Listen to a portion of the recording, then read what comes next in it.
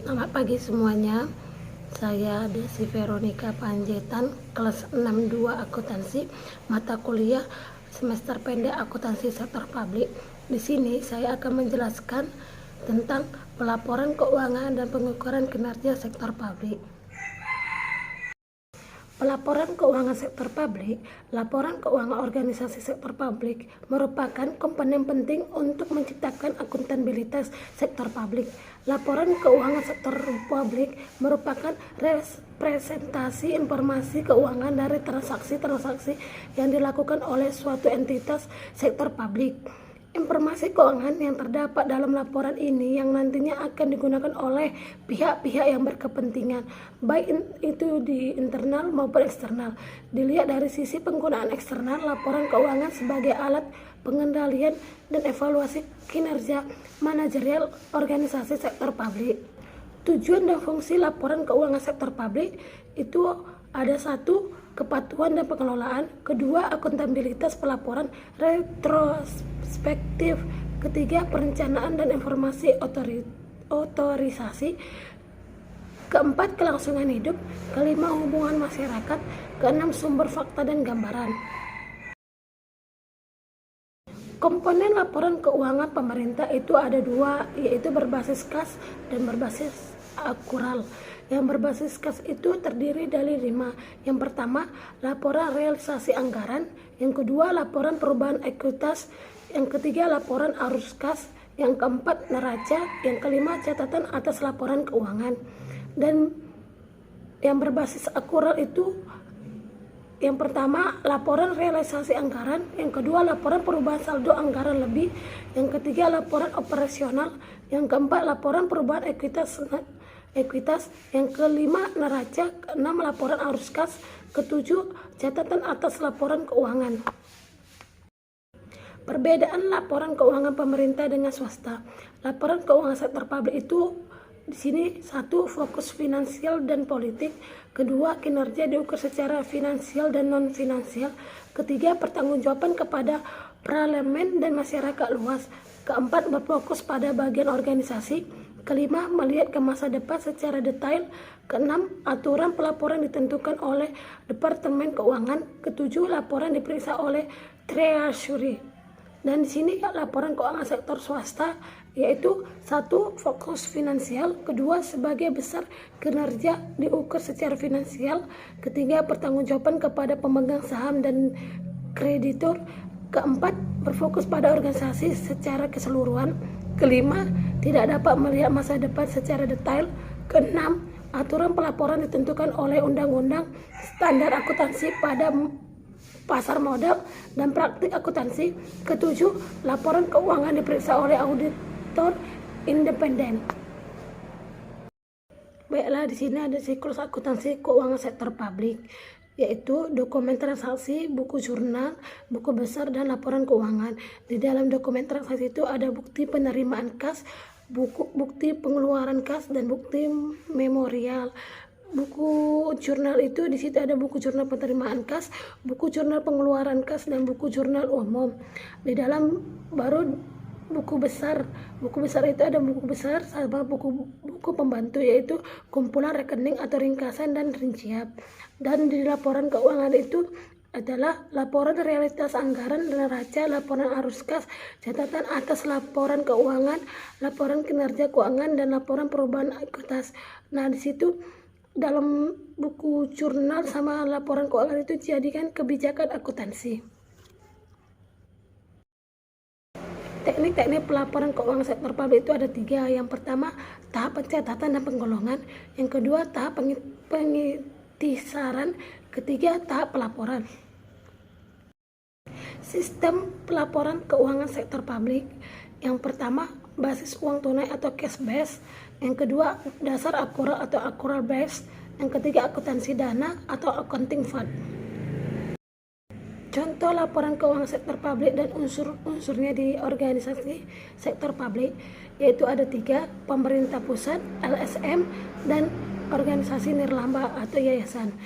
Pemerintah pusat itu ada menjadi 4. Yang pertama, laporan realisasi anggaran; yang kedua, laporan posisi keuangan; yang ketiga, laporan arus kas; Yang keempat, catatan atas laporan keuangan. Dan di LSM itu ada 3, yaitu laporan posisi keuangan, laporan laba rugi atau aktivitas, yang ketiga laporan arus kas. Dan di organisasi nirlaba atau yayasan yaitu ada 3. Yang pertama laporan posisi keuangan, yang kedua laporan aktivitas, yang ketiga laporan arus kas. Baiklah, saya akan melanjutkan materi kedua, itu pengukuran kinerja. Pengukuran kinerja adalah suatu proses penilaian kemajuan pekerjaan terhadap tujuan dan sasaran yang telah ditentukan sebelumnya, termasuk informasi di atas. Yang pertama, efisiensi penggunaan sumber daya dalam menghasilkan barang dan jasa. Yang kedua, kualitas barang dan jasa atau seberapa baik barang dan jasa diserahkan kepada pelanggan dan sampai seberapa jauh pelanggan terpuaskan. Hasil kegiatan dibandingkan dengan maksud yang diinginkan dan efektivitas tindakan dalam pencapaian tujuan. Elemen pokok pengukuran kinerja itu ada 4. Yang pertama, menetapkan tujuan sasaran dan strategi organisasi. Yang kedua, merumuskan indikator dan ukuran kinerja. Yang ketiga, pengukuran tingkat tercapaian tujuan dan sasaran organisasi. Yang keempat, evaluasi atau feedback penilaian kemajuan organisasi, meningkatkan kualitas pengambilan keputusan dan akuntabilitas. Evaluasi kerja itu ada 3. Yang pertama, evaluasi kinerja akan memberikan gambaran kepada penerimaan informasi mengenai nilai kinerja yang berhasil dicapai organisasi.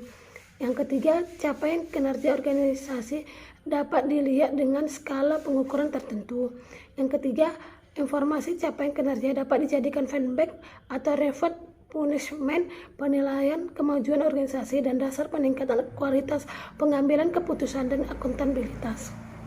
Kita bisa lihat di PowerPoint skema pengukuran kinerja, yaitu ada rencana strategis, ke implementasi, baru ke pengukuran kinerja, baru ke evaluasi, dari evaluasi kembali lagi ke rencana strategis. Selanjutnya, fokus pengukuran kinerja sektor publik, yaitu pengukuran kinerja merupakan suatu aktivitas penilaian pencapaian target-target tertentu yang diturunkan dari tujuan strategis organisasi.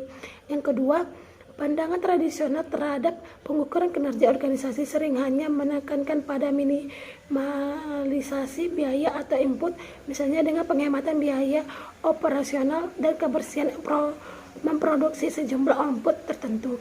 Ketiga, pengukuran kinerja modern selain menilai input dan output juga mempertimbangkan kepuasan ke pelanggan.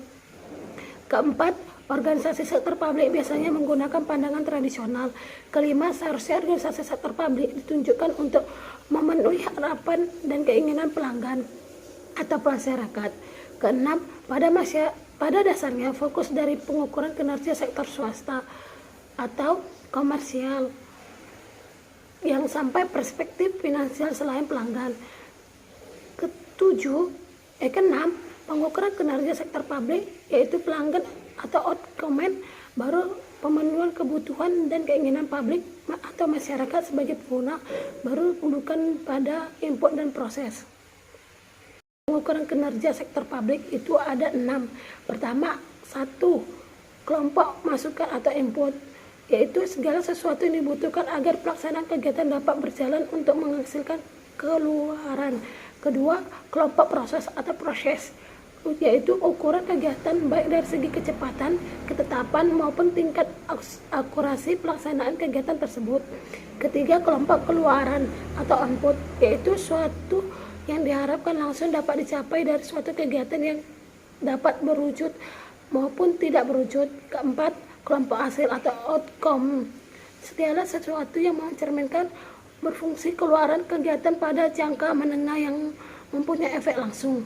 Kelima, kelompok manfaat atau benefit, yaitu suatu yang terkait dengan tujuan akhir dari pelaksanaan kegiatan. Yang keenam, kelompok dampak atau impact, yaitu pengaruh yang ditimbulkan baik positif maupun negatif. Manfaat pengukuran kinerja sektor publik, yang pertama memastikan pemahaman para pelaksana dan ukuran yang digunakan untuk mencapai kinerja. Yang kedua, memastikan tercapainya rencana kinerja yang disepakati. Yang ketiga, memantau dan mengevaluasi pelaksanaan kinerja dan membandingkan dengan rencana kerja serta melakukan tindakan untuk memperbaiki kinerja. Yang keempat, memberikan penghargaan dan hukuman yang objektif atas prestasi pelaksanaan yang telah diukur sesuai dengan sistem pengukuran kinerja yang telah disepakati. Yang kelima, menjadi alat komunikasi antar bawahan dan pimpinan dalam upaya memperbaiki kinerja organisasi. Yang keenam, mengidentifikasi apakah kepuasan pelanggan sudah terpenuhi. Yang ketujuh, membantu memahami proses kegiatan instansi pemerintah. Yang kedelapan, memastikan bahwa pengambilan keputusan dilakukan secara objektif. Perbedaan pengukuran kinerja sektor bisnis dan sektor publik.